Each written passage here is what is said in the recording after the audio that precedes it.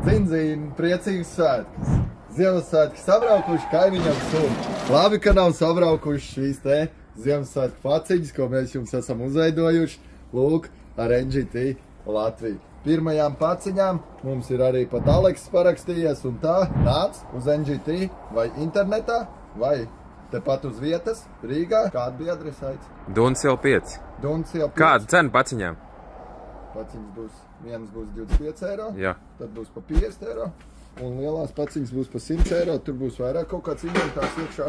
Kas ir šitais? Kas ir šitais? Aizmirsām gandrīz.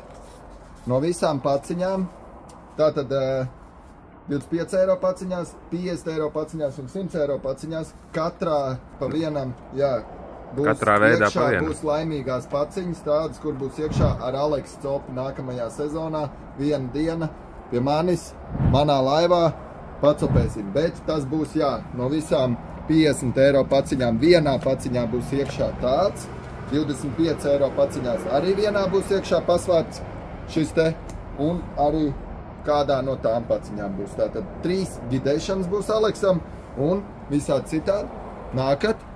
Reku svētkos arī vecākiem, nav pašiem vairs jāizdomā, ko pirkt, ko nepirkt. Viss jau ir izdomāts. Priecīgs svētks un tikai uzvars!